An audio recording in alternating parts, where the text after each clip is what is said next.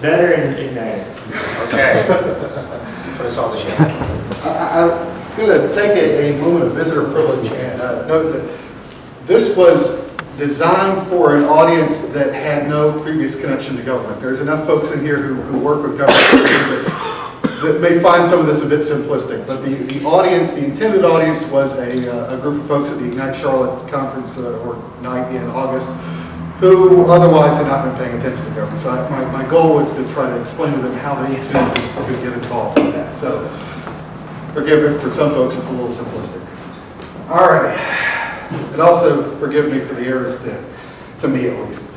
Charlotte's a lot lower, a lot closer to the to sea level. All right, here goes.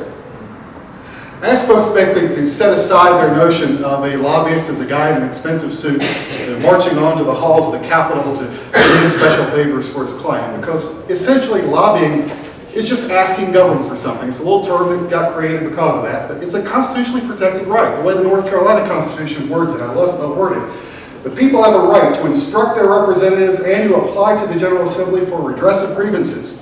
Absolute right to lobby government, so everyone should be doing it. The catch is, who do you ask? In the county I'm from, Mecklenburg County, we have 49 people who vote on a variety of public policy issues, from the U.S. Senate to our school board. If you're not lobbying the right people, you're not going to get the right results. So the first thing you got to do is research. You've got to figure out not just what you want done, but who should be lobbying. And there are a variety of ways of going about that. One of the ways that I like to put it for folks is you're going to, once you discover who it is you need to talk with, you're going to pick a building to go to. So in Charlotte, we have our Charlotte-Mecklenburg Government Center, we have our state legislative building, or you may be going to Washington to lobby. But, you've got to figure out your who, you've got to figure out your where. Buildings are a convenient one for that. And then you've got to figure out a little more in detail. So I point out to folks that for their research, plenty of resources online. This is the House.gov website. If you're looking at federal issues, you can find out who's on the right committees. The North Carolina General Assembly has a great website. I don't know about Colorado. I'm sure you do. I bet some people who do web development for locally. But you can find out from here who the right people to speak with. And ultimately, again, for folks in Charlotte-Mecklenburg, we have our local Charlotte-Mecklenburg website where it's not this anymore. It looks a lot better. It's not as cluttered. This was the old one. But I tell people all the time, if you really want to figure out who to contact, just call our 311 system and say, who's responsible for that pothole in front of my street? Because it may be a state road, it may be a city road in our case. But always remember the goal. The goal of lobbying is to persuade, is to get a change done. It's not to chastise, it's not to be angry, it is to persuade. And one of the best ways of doing that is typified by this little fun deal that a lot of people see in a different context. What I like about this is two things from a lobbying perspective. It's simple and it's solution-oriented. Never mind that it's the wrong solution in this case, but Findex, here it is. Very simple, very solution-oriented. That's what we as elected officials like to hear. Don't do this kind of thing. This is an actual email I received from a constituent who had a garbage collection problem. I started glazing over when the all caps began about a third of the way through. This is not effective lobbying. This is effective lobbying. Call up your local elected official. Ask them to coffee. Present what your case is. Make the idea plain to that person. At the local level, we're very accessible compared to, say, a member of Congress because we have fewer people that we represent. So we'd love to hear from someone who's got an idea.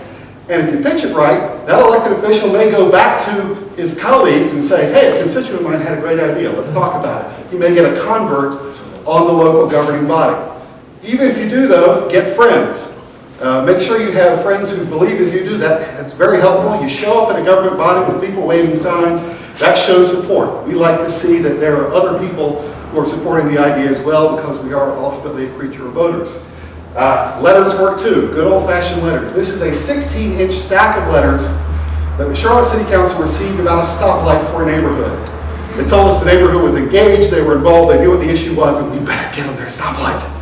So we did. You also engaged the media. We had a fellow who wanted to be able to keep a pygmy goat as a pet, which required a change in our city ordinance. So the press was all over that, and while ultimately council didn't vote for the change, he got a lot of good coverage and a lot of pressure on it, so we all knew what the issue was when it was time to vote.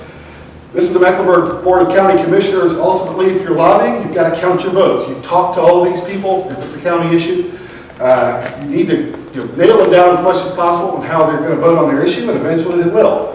And let's say 5 vote aye, 4 vote nay. Doesn't matter, as long as you got a majority, you've won. But you don't need all 9, you need 5. Learn to count to what the majority is, that's helpful too. But when the votes have been tallied, remember what your mother said, write your thank you notes. Not just to the folks who voted with you, but even the folks who voted no, because if they listened, they gave you their attention, and who knows, you may need to lobby them for something else in the future. So maintain that relationship. Because after all, we do need lobbyists in government. We have them because it's so hard to know what to do. But the bottom line is, as I started this presentation, it is your government. You're supposed to tell it what to do. Please do so. Thank you.